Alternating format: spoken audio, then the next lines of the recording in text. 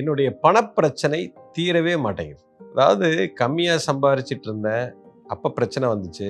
இன்னும் கொஞ்சம் சம்பாதிக்கலான்னு சம்பாரித்தேன், அப்பவும் பிரச்சனை வருது.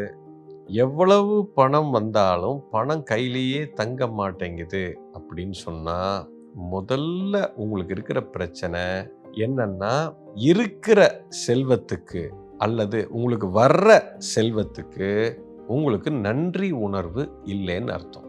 இந்த நன்றி உணர்வு வந்துருச்சு, எனக்கு கிடைச்ச செல்வத்துக்கு நன்றி உணர்வு வந்துருச்சு அப்படின்னாலே கடவுள் என்ன பண்ணுவார்னா அதுக்குண்டான ஞானத்தையும் கொடுத்துருவார்.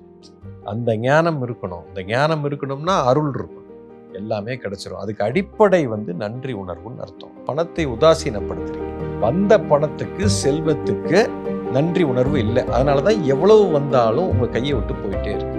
இதுதான் மூல காரணம்.